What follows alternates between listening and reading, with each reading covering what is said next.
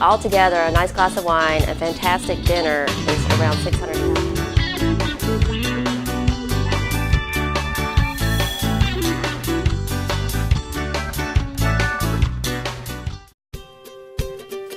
When you're overweight, doing physical things can be a real struggle. The reason I chose to go to Metabolic Medical Center because I was dealing with being a borderline diabetic. Just healthy weight loss that you can finally feel great about.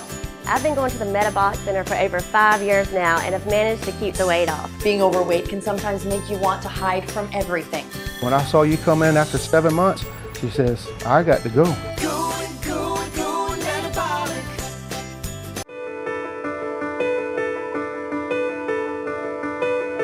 Big event coming up?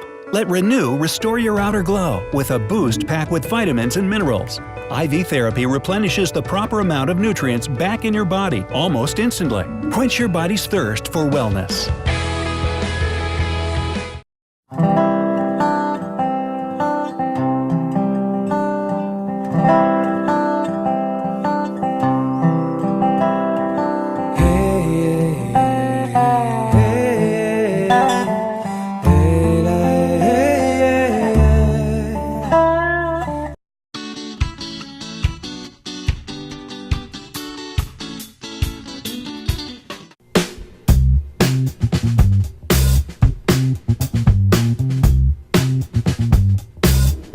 Today I'm going to show you how to prepare a meal that you can have while you're dieting, that you don't have to sacrifice flavor in order to get good quality food. You'll have a ceviche salad to begin with, served in endive leaves, followed by a roasted pork tenderloin, grilled and marinated, grilled roasted vegetable antipasta, and a not really rice, which is made from cauliflower instead of using rice. To begin planning the meal, you need to plan ahead. You need to marinate your roasted your pork for grilling. A typical marinade we like to use is about 3 tablespoons of olive oil. I use a low sodium soy sauce, a pepper mixture I have that's multiple red, black, some white, and put it in a pepper mill along with dried lemon skin. Also add in garlic and onion powders, salt and pepper, and let it marinate in the refrigerator for up to 8 hours before you cook it. Take it out at least an hour before you're ready to put it on the grill and let it come to room temperature. A fairly simple but elegant salad that's both low calorie and good for you is a ceviche salad served in endive cups.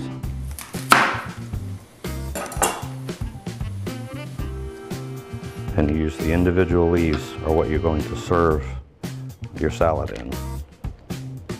Try not to put too much juice in the cup. You'll tend to get a little bit of runoff. You can always pour it back in the bowl to make sure you don't get too much.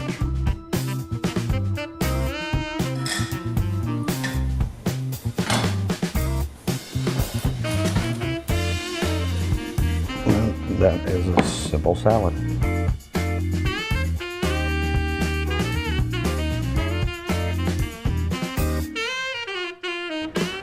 A lot of times the pith or white part of a bell pepper doesn't taste very good, and you can avoid a lot of it by just cutting the triangles off.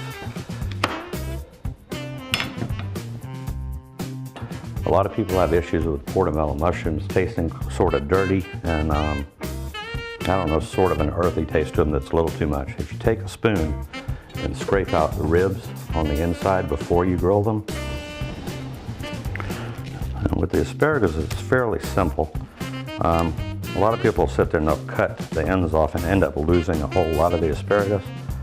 But if you typically pick up an asparagus that's fairly fresh and you bend it, wherever it pops is where the bad part is. All right, so once you have all your vegetables cut and ready to go on the grill, spray them lightly with any cooking spray that you want to use. It'll help keep them from sticking.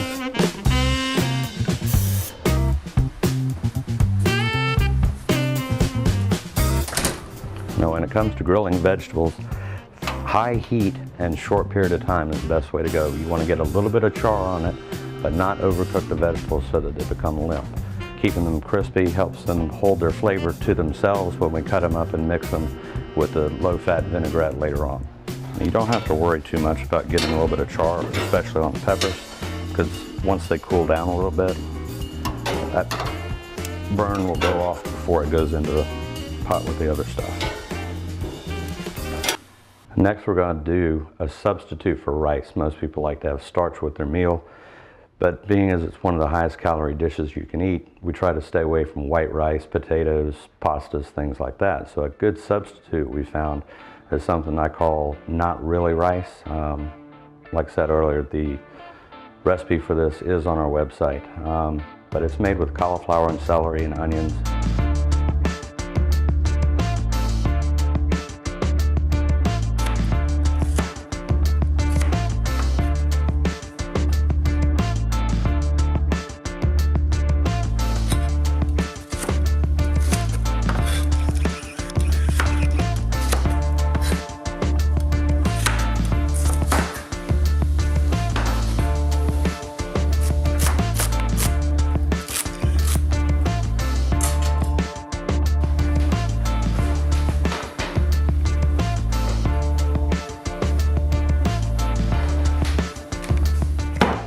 Cauliflower is also fairly simple. You cut the bottom out. When you get it, turn it upside down, cut it through,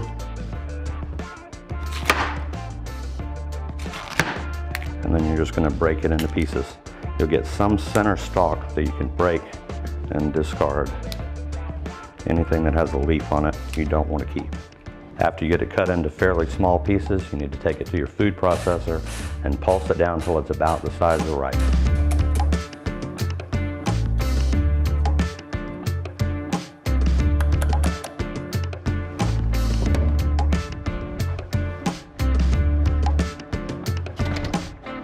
One of the keys to grilling tenderloin of pork is to put it on very high heat for a very short period of time.